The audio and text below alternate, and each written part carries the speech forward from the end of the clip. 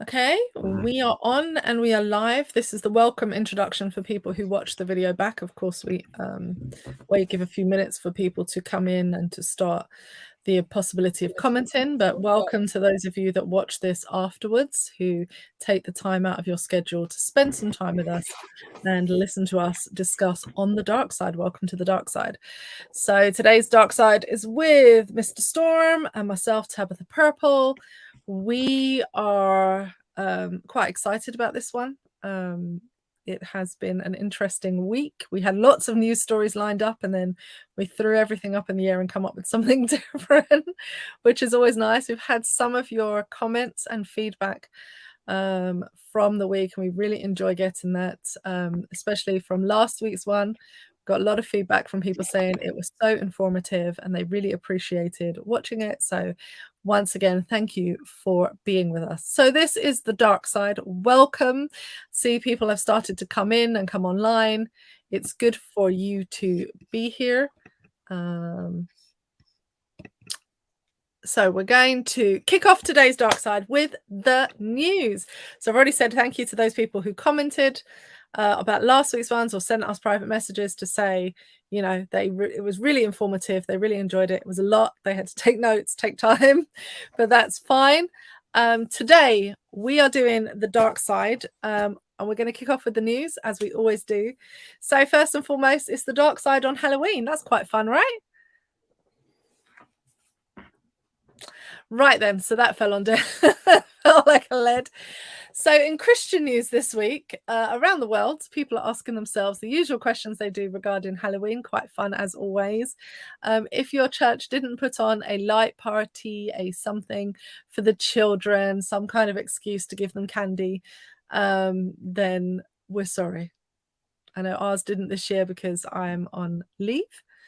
And still coming back to work. And so that's difficult to organize those things, but they will be coming back next year, hopefully. And we're quite looking forward to that. But it's always good. It's always a good discussion around holidays like Halloween and how controversial they are. So always fun. So that's in church news. I'm sure you'll all survive. It's only one night, people. It's only one night. Christmas is coming. From one holiday to another. Righty. All right, in the big news, in the news about the world, Facebook is changing its name to Meta. Yeah, well, I haven't read a lot about this one. I've got to be honest with you, because I just thought, oh, I really can't right now. And there were lots of other things happening in the world. But one thing that did strike me is that they said that they didn't want to just be a platform in which we engaged with one another. They wanted to be the host of the people. So whatever you're looking to do should be hosted by Meta. And it sounded very megalomaniac to me. That's what it sounded like. Very much like, yeah, they'll be controlling too much. So that was my observation. Do you have anything to add on our two news stories? Nothing Facebook does is actually good. So yeah, there's always an ulterior motive. Part of it is probably due to the fact that they've had so much negative publicity lately that the name Facebook is forever associated with Russian manipulation in the US elections, you know, et cetera, et cetera, et cetera, et cetera. Change your name. Let's move on. Change your name to something that we all think is equally as evil. Wonderful. Excellent. That's how I heard it described anyway. So the big news story of the day is that today we got to meet Karyn Parsons. If you don't know who Karyn Parsons is, then you should really go get a book out, go watch TV, go do something to enlighten yourself. No. For all of you who are Fresh Prince of Bel-Air fans and who watched the entirety of the seasons many, many moons ago, Karyn Parsons played one of the lead characters, Hillary. Yeah, she was iconic as that character who was rich, entitled in some ways, confident, just going about herself. She was just amazing. And so today we got to meet the actress who played her. I gushed quite a lot, I must admit. It was quite overwhelmed at a certain point. So I moved on very quickly. because I don't normally get very overwhelmed, but it was really good. So why did we meet her? Well, we met her because she was doing Comic-Con in Brussels. And so we got to ask questions, Q&A, really interesting. I asked one question, which I loved her response to.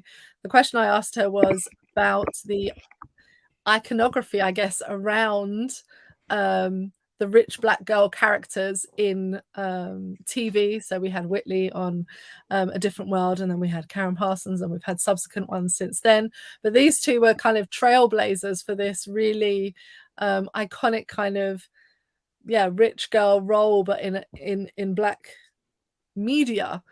And so I asked how she interacted with that, considering all of the kind of talk around black girl magic and the kind of empowerment that happens, and looking back on it reflectively, what does she think of that process? And it really struck me that, you know, she said when she was actually doing it, she felt like she was poking fun at those girls. Those girls were real. Like, for me, they were imagined. I never knew anyone like that or anything like that.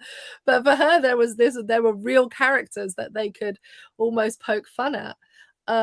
And then she went on to say that watching how it has become, looking back on it, she's actually found it more important now and has more value for that role than she maybe did at the time that she did it. And I thought that was a really powerful statement about how sometimes we do something in the moment, and we may just throw it away as describe it as one thing, and then over time it becomes something larger than what you intended or larger than you thought it could be. And in this case, bringing a role where someone was she talked about the freedom that the character had.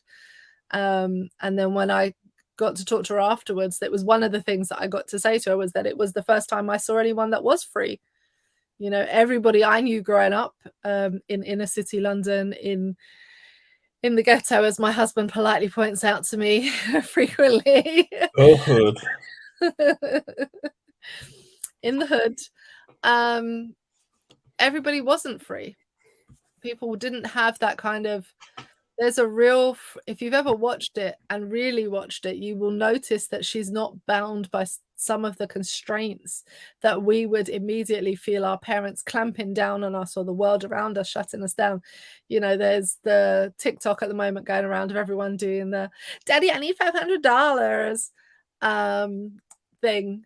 But that spoke to, in some ways, and speaks to collectively, a freedom that is not enjoyed by everyone, a freedom that's not really matched by everyone. So yeah, I think it was really interesting to meet her.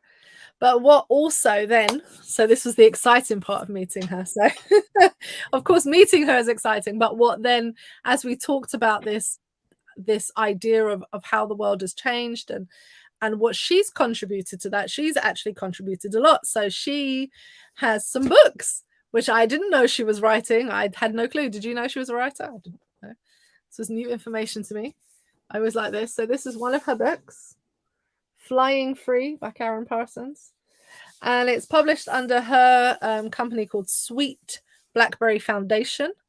It's a Sweet Blackberry book. And the book itself, or the purpose of the books, is to encourage people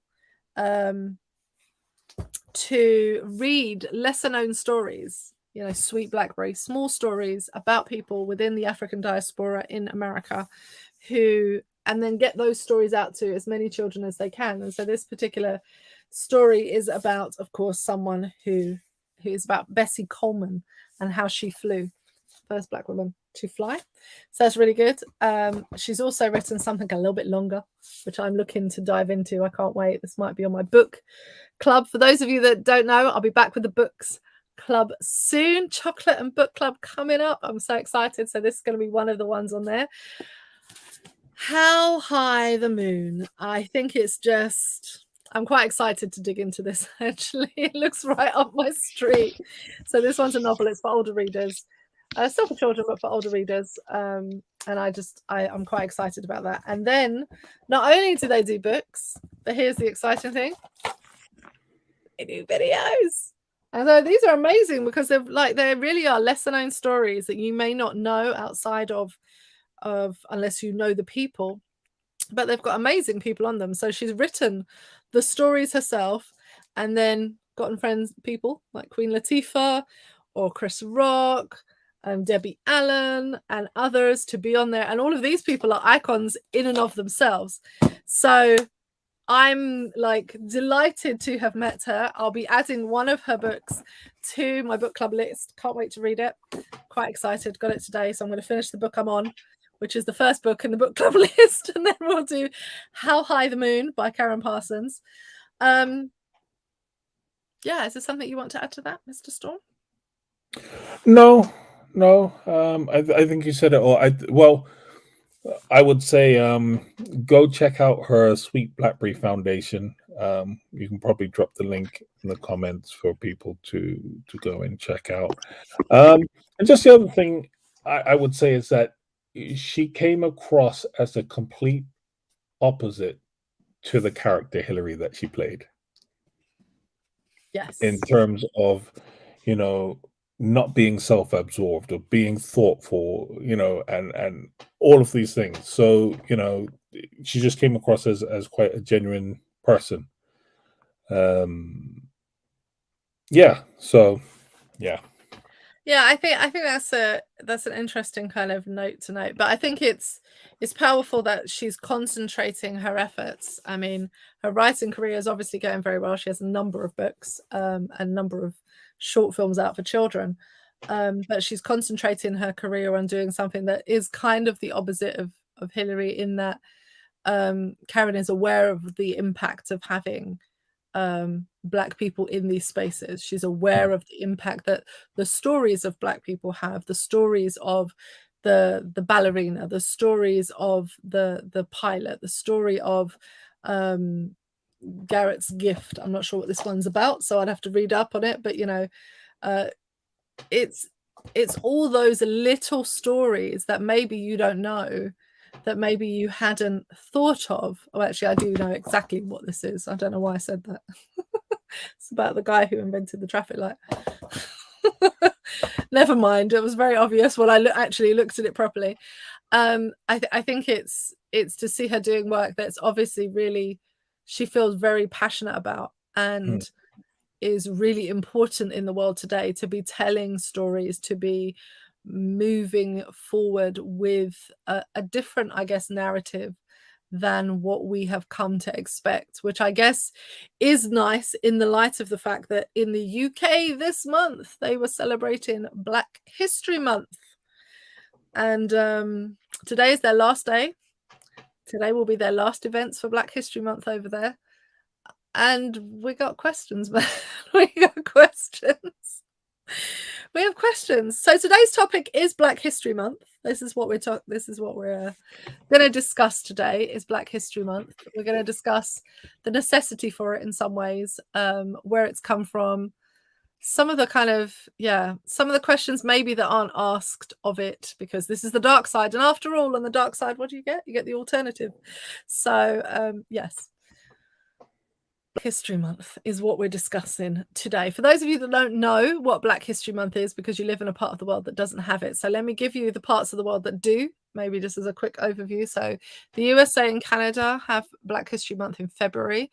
The UK has it in October. Ireland has just introduced it in the last few years. I can't quite work out the month, so that's something. Berlin as a city has a Black History Month. They've adopted Black History Month as a city. Found that quite interesting. So Germany has Black History Month, sort of, but it's really Berlin as far as I could tell. The Netherlands this year introduced Black Achievement Month. And the question is, what is Black History Month? And the best answer, of course, is the history of the African diaspora. But those terms need to be unpacked. And so today we want to have your questions, whatever questions you may have about Black History Month, whatever questions you may have about any of the topics we talk about, please pop them in the comments section. Don't forget to share, subscribe, and like with your friends. But this is something for you for this week. What's interesting, my first note, what's interesting is that The USA and Canada have introduced this as a legislative thing almost. Presidents have adopted it. It's been nationalized as schemes. But in every other country, this is a local idea run by local people. And while in the UK, it almost feels as if it's a national thing because everyone knows about it, that's really down to the hard work and effort of local people. It's not backed by government. So I was quite surprised about that. Why? Well, I think to a certain degree, I was almost under the impression because of its prevalence in the UK. So it is everywhere. It's quite well spoken about in academic circles, particularly from when I lived there. You know, I was in academic circles and in church circles. It's very well known. You should be doing something in October for Black History Month, and if you're not, why not? How are you being relevant? Even if your church isn't a ethnically diverse church, there's all the more reason to do something for Black History Month because, you know, there might be somebody who could come to your church, or, you know, your school should know this history. It's part of British history. And so I was actually quite surprised that it's not something that is or has been adopted, because all of them start at grassroots foundational efforts, but that it's not been adopted on a national scale. I was quite surprised by that. So there's Black History Month nationally, but it's not national. It's national due to the sheer pressure of the people and the will of the people, but it's not a national thing. Okay. I'm not surprised at all. That's all I'm going to say. Okay. All right. So do you want to give us any more information on what Black History Month is? I think you pretty much summed it up. It's telling the history of the Black diaspora, or telling a portion of the history of the Black diaspora.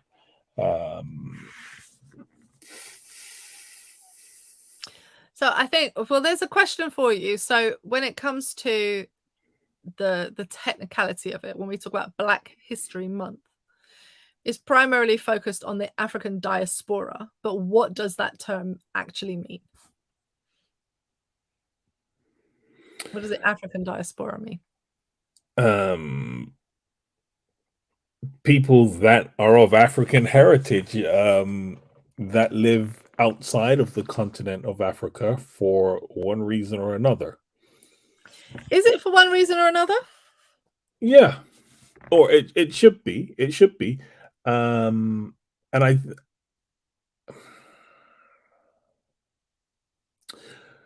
okay, this is where we get into the issue of Black History Month.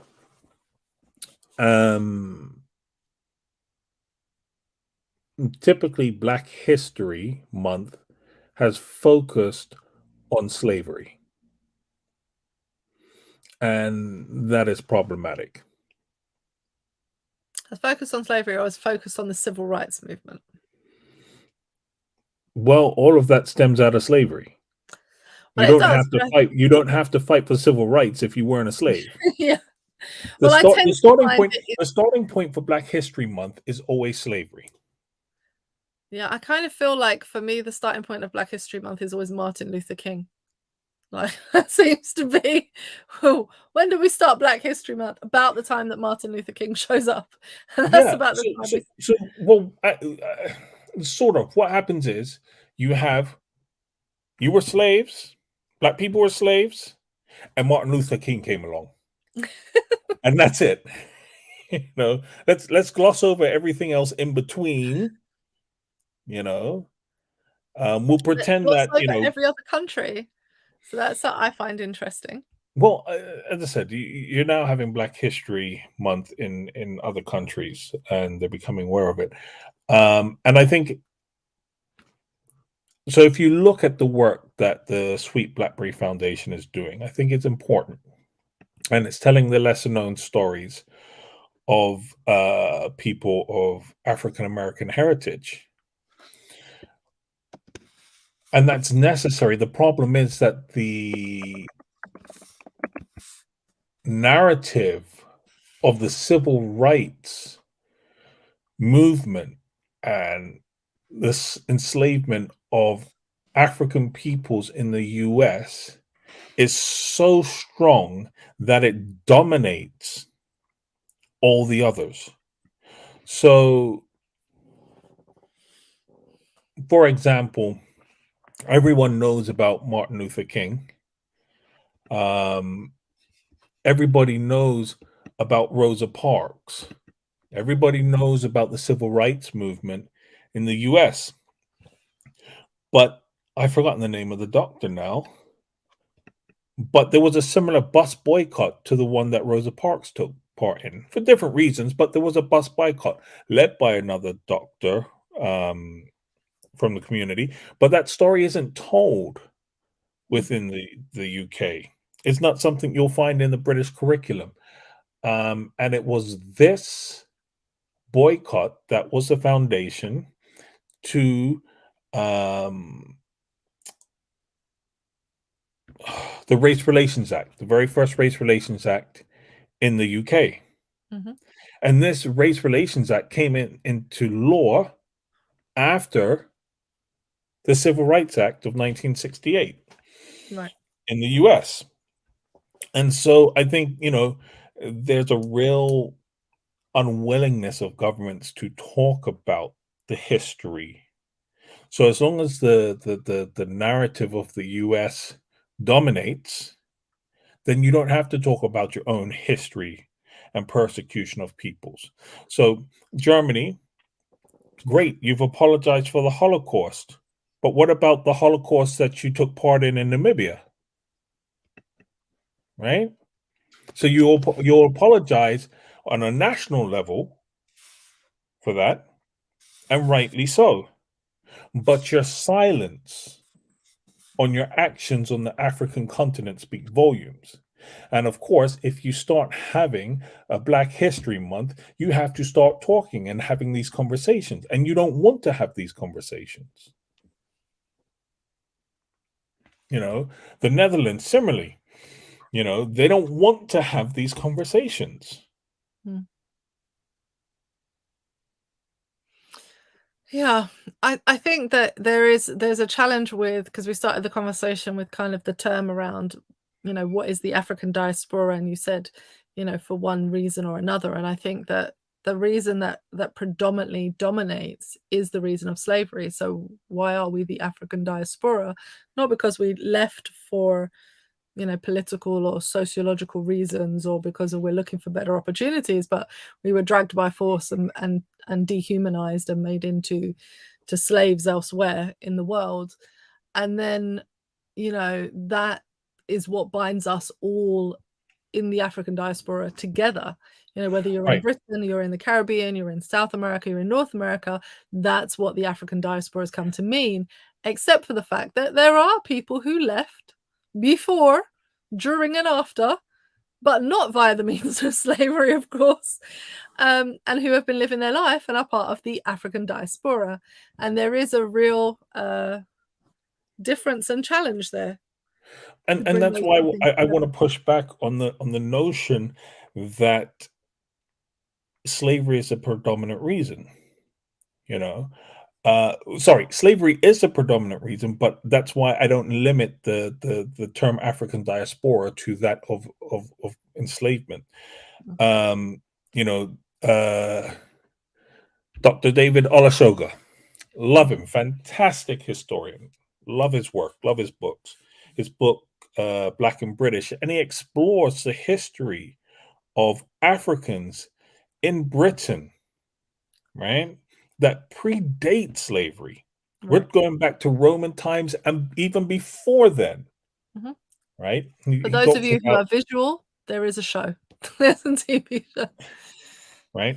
But he talks about Tacitus, a Roman scribe who describes having met dark-skinned people when he arrived with the Romans in Britain. Yeah. There was the experiment that they did on some of the oldest remains found in Britain. And what they found was that the person who was a little girl originated or had DNA originating from sub-Sahara Africa. Right? So if she is a little girl, her parents were from sub-Saharan Africa, and so would predate even these remains. So as I said, you talk about or we talk about all of these things, but actually African peoples have been traveling the globe for centuries and have had communities. There's an African community in India, I've forgotten what they're called, but all over the world. So, and the reasons that they're found there are nothing to do with slavery. Yeah.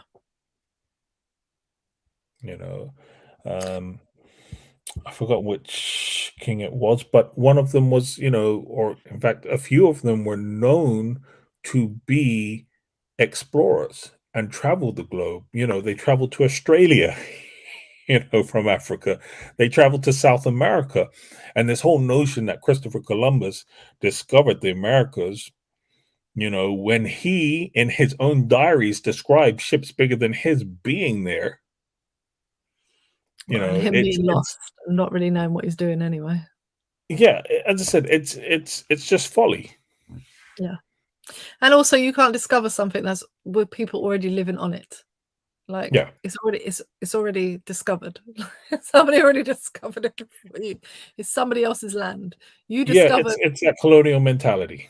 You know what I mean? I know what you discovered. You found out that there was a place that you didn't know about. Great, good, but they were already there. People were already there before you. They were already there. Well, I think it's interesting because, there are limited places in which Black History Month exists.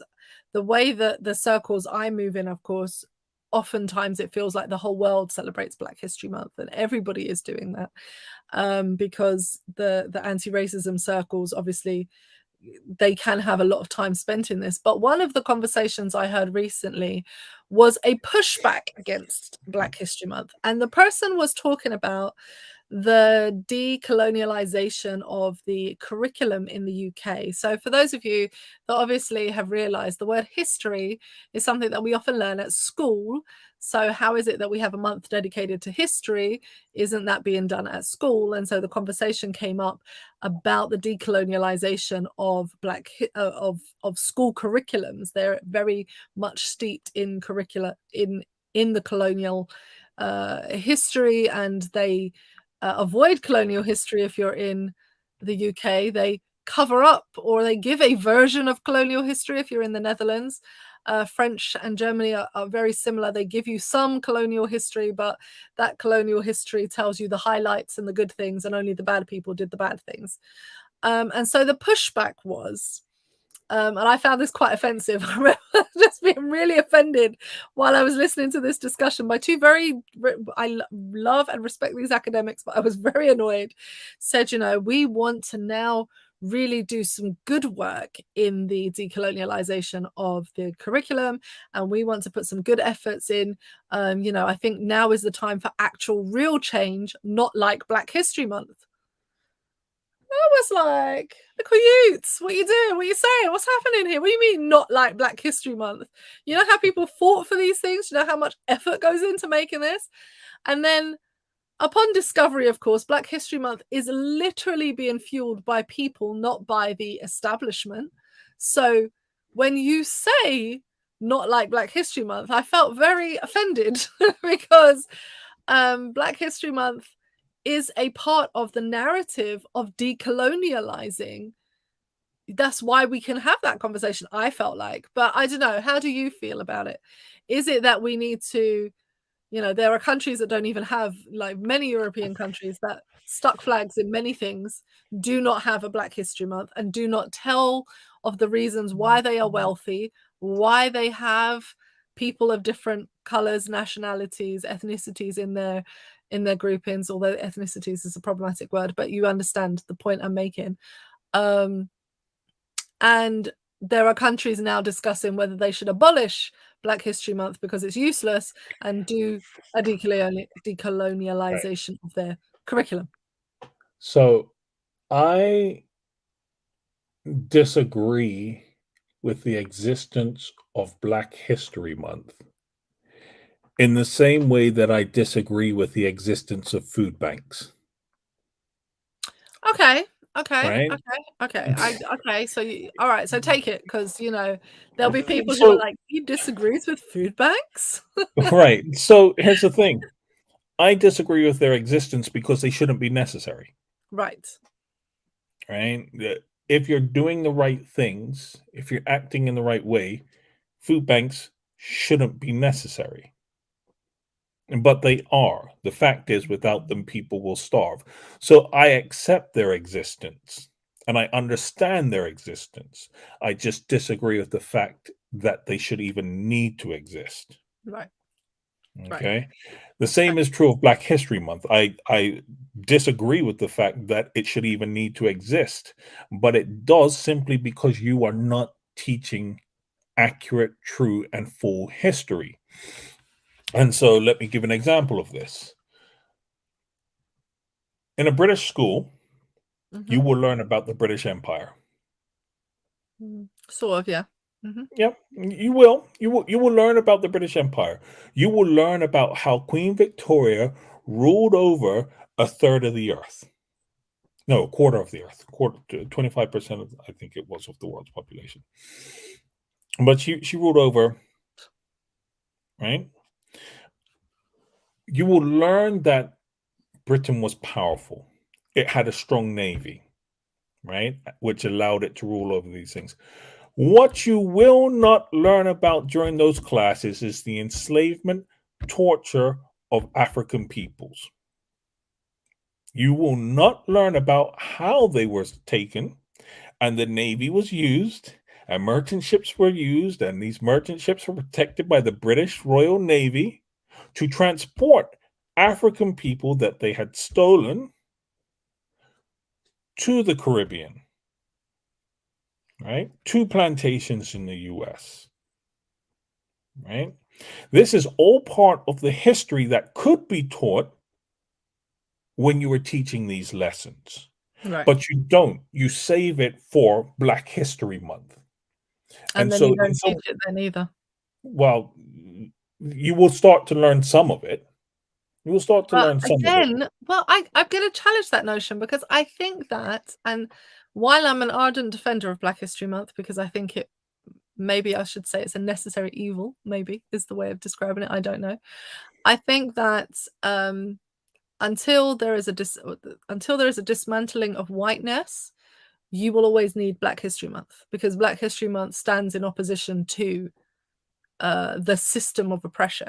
That's how I see it. Right. But on the point that you're making, do they really talk about, in Britain, British history, Black history? No, I always hear about American Black history in Black British History Month. And I find that quite troubling, quite frankly. I know more about American Mhm. history, Black Absolutely. history, than I do about British Black history.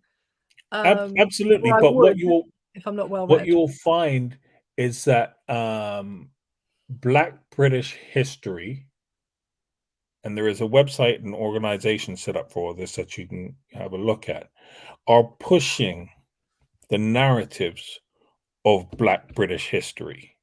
And they are trying to push those narratives out. So you will start to learn more about British people and their achievements, which is to counter the abundance um, of stories that you are told about the struggle of African Americans.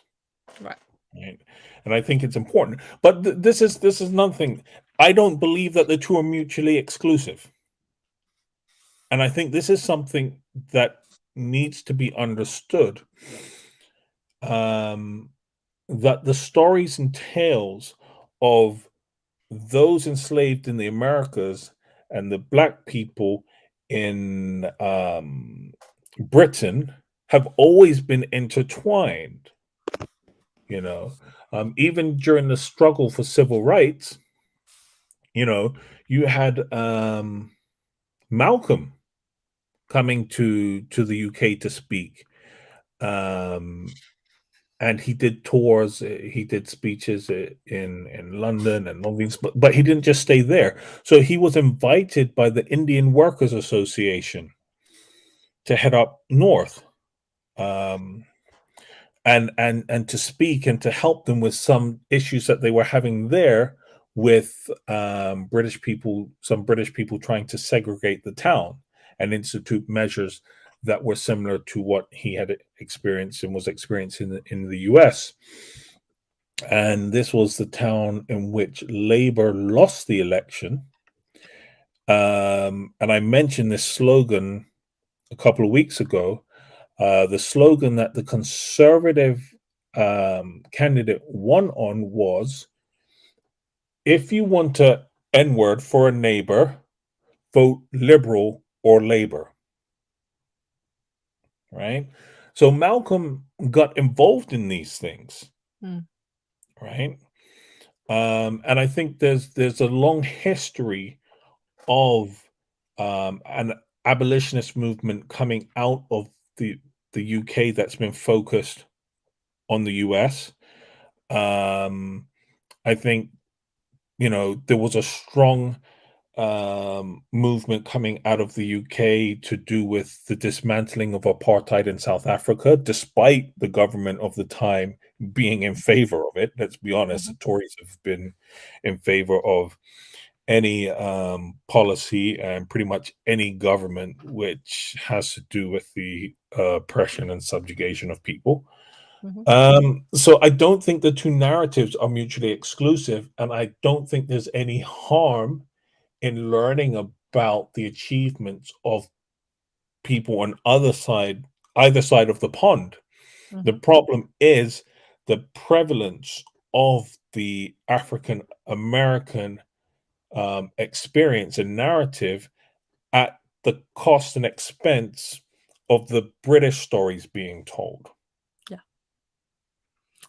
I think that would be the point I would raise. The point I would raise is, I don't mind. I think they're important stories. I think we all benefit from learning about them. And certainly growing up, the story that my mum told me most frequently was that of Malcolm X.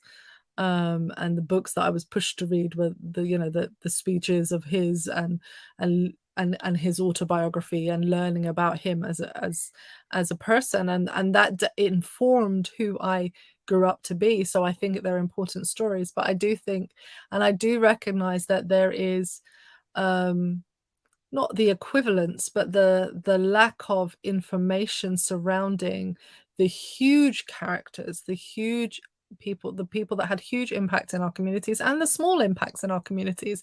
We had just where I grew up, there were the founders of the first black bookstore in Hackney that was running up until recently. I think the corona unfortunately caught it, but I mean, that was a place of revolution and change and education, and they did great work there. You've got so many people who fought and pushed and did for the rights of Black people within the UK. But it, for me, it doesn't surprise me in some ways that they don't tell the stories of Black British people, because they don't tell the stories of Irish people. They don't tell the stories of Welsh people. They're not telling the stories of what makes the United Kingdom the United Kingdom. It's all being told in a very one-sided colonial way.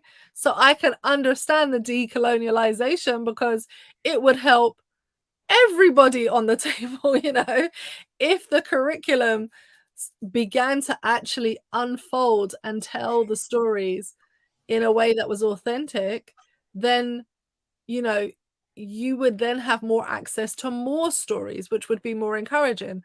And so we spoke about this earlier, and I wanted to bring this in now, which is the point about what subjects we do learn in schools within the history curriculum. And one of the things that we said is they're really great at doing the kind of World War II story, and they talk about everything around that. And then you may actually get the European arm of the World War II story. So you might get like, this is how we set up the EU, and you might get that as a United Nations come out of it. United Nations and all of that sort of thing. So you might, if you went to Germany paying reparations. Yeah, like, I mean, it could go into that side of it. What it doesn't account for, and this is something you reminded me of, is, well, how did Britain get back on their feet? What did they do? Because they were bombed and it was difficult, and they'd lost lots of soldiers. We knew this. They'd lost whole sections of men, and yes, when the women were out working, of course, and you learn about the suffragette movements, and you learn about the women who are fighting for women's equality and rights during that time, but they failed to mention the entire Windrush generation. Just conveniently, this doesn't come up at all. You're talking about because that's for. But that's for Black History Month.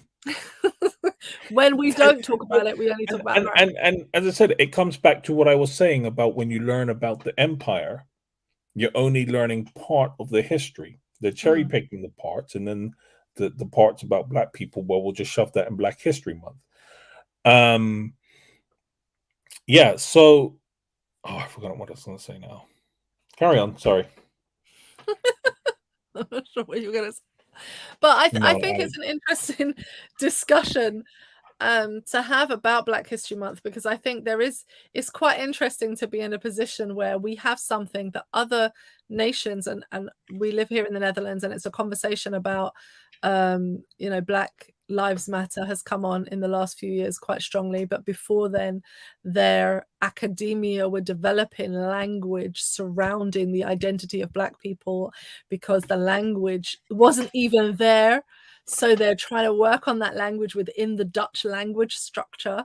And so academia is working and pushing to figure out like what terms can be equivalents for terms that they have out there in the States. And of course, one of the questions that came up as part of that discussion is Black History Month. Well, they have Black History Month in the United Kingdom, they have it in the USA, they have it in Canada. Is this something that the Netherlands should adopt? And I think a lot of people felt like yes, but countries that have it are saying it's not doing what we want it to do. Oh no, we need to get rid of it and do something else. Look, Jesus, take the wheel, yeah? Because I'm like, listen, the people in the Netherlands haven't got the act together surrounding Zwarte Piet. You really want to thrust the Black History Month on them? The country will go into civil war. Well, I mean, interestingly, there are some moves being made. As I said, this month was Black Achievement Month. Let me make that. I believe it's Black Achievement Month. They were holding awards and different ceremonies throughout the month surrounding Black achievement in, from what I could tell, in all walks of life. I tried to follow a little bit, but busy pastor with 3 children. It's not always the easiest to keep up with everything in the world. But so there are moves being made, and there are numerous organizations in the Netherlands who are working on these different things within academia and not within academia. I think the point that you made about Zwarte Piet is hilarious in some ways and not hilarious, because we're just about to get over Halloween here in the Netherlands. And so if you're watching this from another part of the world, your next holiday. Don't lie. Halloween for me goes on from like now until 5th of December. Yeah. There's all Halloween month, because I'm gonna see a whole bunch of people walking around in blackface masks. Yeah. They're gonna be dressed up in costumes. It's Halloween. Let's just call it what it is. Okay. So for those of you who are tuning in from the United States or from Canada or from Australia, New Zealand, we've had people watching from South Africa and other places. For those of you that watch from around the world, the Netherlands is don't do it to them. Don't do it to them. Let them Google Zwarte Piet. Let them have the fun. They'll still Google because they'll think I'm lying. Zwarte Piet. You'll Google. So we have a holiday season here. So we all know Christmas, of course, 25th of December. We know Santa Claus. We know those kinds of stories surrounding that, and most of you will have those kinds of stories in your head. Well, in the Netherlands, they have a very unique story. They have a particular story that's told around the 5th of December. So on the 5th of November, I believe, a figure called Sinterklaas arrives in the Netherlands and begins to make his way. It's a big deal. He comes on a boat and he arrives in at one of the docks. I can't remember which one. They might rotate it. Cannot remember. He comes riding in carrying an army of Peets. Pete is a translation of the word Peter, so you can think of Peter as the word. He comes in with an army of Peets. Now, these Peets traditionally have been blackface, straight. Like, that's what it is. It's blackface. Like, they wear black makeup and they have red lips and they have gold earrings and they have afro hair. And they wear jingly jangly clothes and they are scary or funny, depending on the story you have. So some children grew up with the story that if you were naughty, Zwarte Piet would put you in a bag and he would take you away to Spain, not the holiday destination, Spain, the place you go and you never come back because you're lost from your parents. So that was a long time ago. And others that Zwarte Piet is the clown who makes the children laugh and hands out the candy. So that's the story, but you heard it correctly that Zwarte Piet is blackface Pete. Okay, so lots of people who move to the Netherlands, when they see that, if you're like me, I almost fainted the first time I really saw it. I screamed in a supermarket as the thing spun around. They have dolls, they have gollywog dolls, they have all sorts of things. It's just quite a picture. It's just quite a thing. And I screamed because I, growing up, have not seen that since I was a child. At which point there was huge campaigns to get rid of it all. So, and in my mind, this was the worst thing that could be seen, because I remember the campaigns to get rid of it all. And so when questioned, Dutch people have a really clever answer to give you. What happens is the white Pete goes down the chimney and he gets covered in the soot and he comes out, or she comes out, with gold earrings, red lipstick and afro. And that is not black face, it's soot. So there are some questions that we could have regarding that. And in the recent years, they've trialed a few different things to kind of bring it into the 21st century. One of the things they tried a few years ago was rainbow Pete. So the Pete came in various colors. Blue, orange, green. Imagine the same styling I just said, but head to toe blue, head to toe purple, head to toe pink, that kind of thing. They tried that out. That went down like a lead blue in cities that they tried it. So then they decided to stick with the story that the white person fell into the chimney, got soot on them, and came out of the chimney, but this time minus the gold earrings, minus the afro, minus the red lipstick, minus the kind of jingly jangly caricature, and minstrelish behavior, and minus the black paint, literally black paint. So they come with smudges of black, of soot. You could identify it quite easily as soot on them. So they have lots of soot on them, but it's soot. You can see what they're trying to aim for. This has gone down so well that they've changed it nationally. If you look at my expressions, you can understand what I'm about to say. So the people that are really offended by this change have split off and have decided that Sinterklaas is going to now arrive with Zwarte Piets, and the other Sinterklaas is the counterfeit, which is the official Sinterklaas, which arrives with sooty Piets, is now having to have this trouble in its organization where there are now 2 Sinterklaases arriving in the country. It's a whole mess. The people are unhappy. So with that backdrop and Black Lives Matter and the No Zwarte Piet movement and all of that, Black History Month should be introduced in the Netherlands. Yeah, as I say, gets water Pete right. Look, the reality is, I mean, you just told a story about two people that couldn't even get their story about Zwarte Pete correct. How do you expect them to tell history accurately? Well, listen, I'm just I'm just saying. curious here. I'm just asking. I'm just Well, spitballing. I think that the cognitive dissonance is quite important to know. And I think when we talk about Black History Month now, if we take it back to the actual topic and not just Zwarte Piet, which will be my soapbox every year until I really just kind of let it go, I guess. I try and talk about it in February generally because people get really, once I start in, I'm starting early this year today, talking about Zwarte Piet. So this is okay. But when you get close to the 5th of December and you start talking about how people shouldn't do Zwarte Piet, people get fiercely angry in the country and they fiercely defend the whole thing. Maybe we should do it. I don't know if people want to know more about this thing. I hope not. But if you do, then add a comment, add a question, and I guess we could look at this as a topic. But please don't make us. Please don't make us. Go do some Googling for yourself. If you have a question, add that to the comment. Like, please don't make me go into this thing.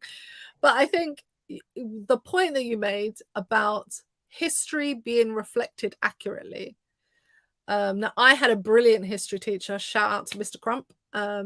Brilliant history teacher who taught us that history is never reflected accurately. It's reflected through the lens with which the person who's writing it wants you to see it. And I don't know that we give that same lesson to everybody. I don't know that we teach in school that we're not telling you the literal way it went. We're telling you how we've recorded it. And I think that makes a difference to how those lessons go. Because if you're telling me how you've recorded it, then there's another side to the story. And I can interrogate the idea and I can question what you're doing. And I think one of the things that I think Black History Month maybe has done successfully, it has been the trigger for a more national conversation about why is our curriculum so poor at teaching the history of Britain? Like why are you doing that? Like, why is it so crap? Like, why do you just miss whole swaths of people? You know, what is that about? You know, when we've had, even on basic films, like we had Bridgerton recently come out, and of course everybody loved Mr. Bridgerton. You know, there's whole thing. I've never seen it, never watched it. Apparently it's not my cup of tea, so I will not be watching it.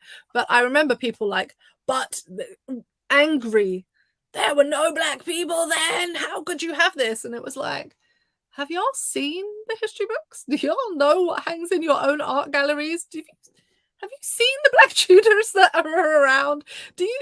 Have you been to the art museums where they have the pictures of the queens and these are brown people clearly in art? Sorry. I think it cut out for a minute. I thought I heard you say, "Have you been to the museums where you've seen their stolen artifacts?" Well, there's that too. But I was talking about art galleries, so I wasn't talking about stolen artifacts. Stolen. I was talking about portraiture, which could be stolen maybe, but some of their own portraiture, which is British portraiture in British art galleries, which has the paintings, portraits of people who existed at the time. And when you look, you're like, there were more brown people than I knew. And which time is this? Before slavery. Like, oh, this is a royal family. And look who's that? There's a brown person in there. Wow, interesting. I think it's quite interesting that because we haven't taught people to interrogate those ideas, fake outrage over Bridgerton. And I mean, it's whatever it is. I don't really care about the show, but it, you know, it's the idea that you're not teaching history. And maybe Black History Month has shone a lens for the countries that are a bit further along in that process, has shone a lens on the curriculum and the failings of the curriculum. Yeah, look, I think one of the things is, or one of the arguments given, some of the pushback that's given is, why do we need a Black History Month? You know, why don't we have a White History Month? Well, you got 11 months of the year in which you're giving whitewashed history.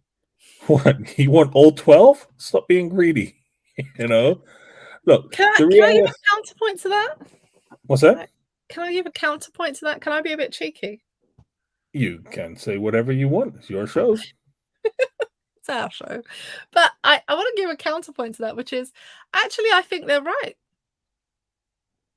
I think there should be a White History Month because white is a construct. It is not an identity based Look, on something. So while you're giving British history, but British people at 1400 and blah blah weren't white. They were British or they were English or mhm, they were whatever the clan was of the time, but they weren't white. White came into Normans, being. Saxons, etc., etc., etc., etc., etc., Celts. Thank you. This is why it's our show. You have all the words, bless. But they weren't white. White is a social construct that arrived. And so sometimes when I hear people say, oh, I want White History Month, and I'm like, should we do that? Can we do White History Month, please? Because I would quite like to do that.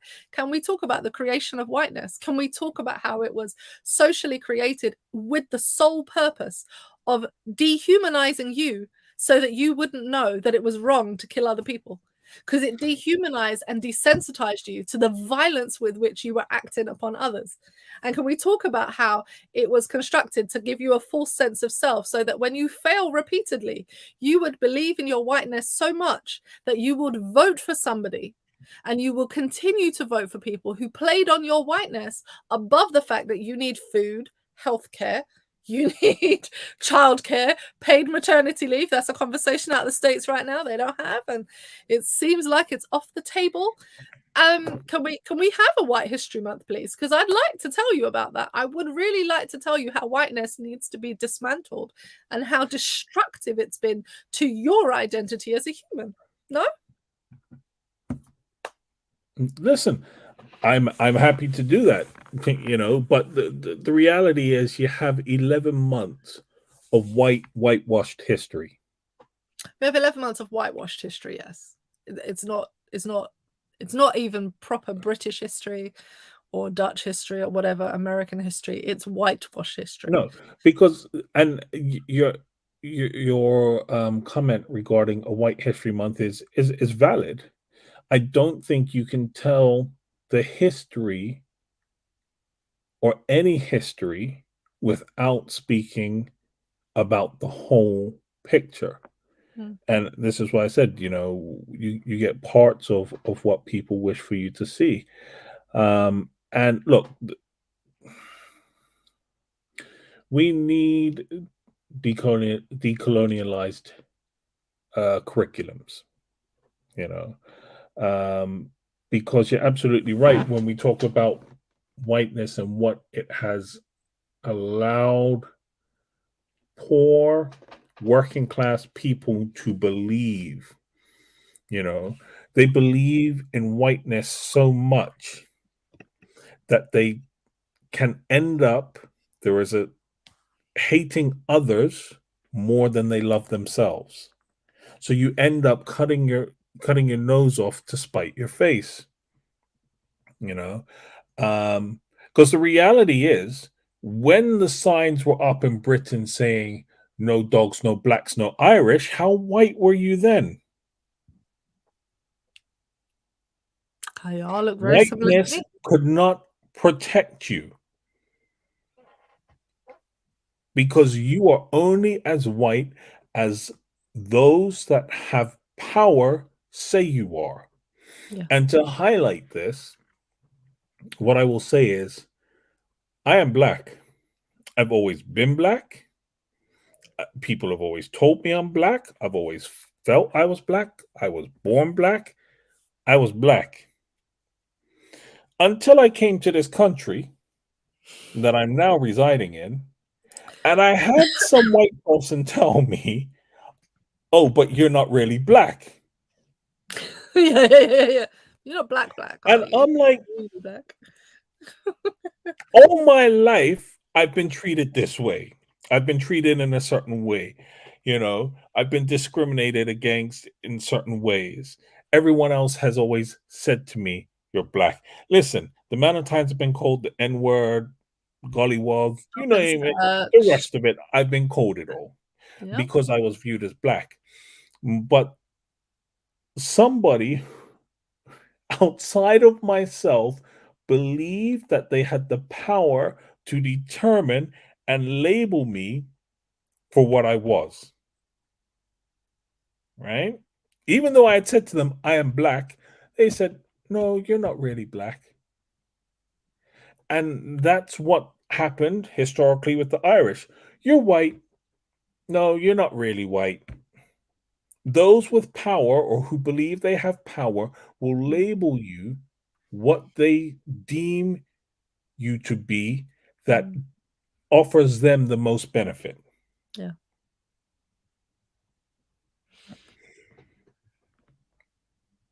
So I guess the question really is Black History Month necessary? Oh, it's necessary. I disagree with it, but it is necessary. Yeah, I mean, I as I said, it's been something I've grown to really love over the years, and have been involved in various ways, organize events. My first book, my first published work was in a book that was produced for Black History Month, you know, so on and so forth. So for me, it's been really an opportunity to expand my reading, expand my knowledge. I take it with everything I can. There's normally special offers on books, you know. In the UK, they had special offers everywhere on every Black book author, except at the Christian Resource Exhibition. I kind of choked on that one, but I found that quite interesting. Every year you host the Christian Resource Exhibition internationally in the UK, but can't manage to find one thing about Black history to be focused Come now, on. these people ain't ready for Black Jesus. I was like, I don't know, maybe we need to do some decolonializing of Christianity. But as I say, for me, it's been a joy to learn about, to have, and come into a country that doesn't have it. I've missed it. I've missed it because I'm not as steeped in their Black history as I'd like to be, because we've had weird conversations. Although I've been to events, although I know people that are moving in those circles, the conversation is not as at the forefront. There's not a year of planning to get to the next Black History Month, you know. This is what we're doing, people. These are the books that are coming out. These are the events that we're going to be putting on. You know, these are the speakers that are coming together. This is the history that we're going to be talking about. This is the theme of this year. You know, there's normally a theme that they go with. You know, it's so much, you know, that I feel you miss. So I think it's necessary, because for now, while we're fighting to decolonialize the curriculum, we need Black History Month. It's like asking me, why do we need Women's Day? Women's Day because we're still fighting for the rights of women and girls across the entire globe. We will need Women's Day until we don't need Women's Day anymore. Like, that's the reality. So for me, I think coming to a country which doesn't have it has made me appreciate it more, even more than I did before. Yeah. Look, I believe it's necessary, and I'm all in favor of it. I'm also all in favor of doing a dark side on decolonializing Christianity. All up for that, because let me tell you something, right? Jesus, when they talk about them 2 loaves and fish, right? It weren't no 2 stale, dusty loaves and some herrings. We talking about the man was serving up saltfish and dumpling. Right? That's the Jesus I'd be talking about. Saltfish and dumpling.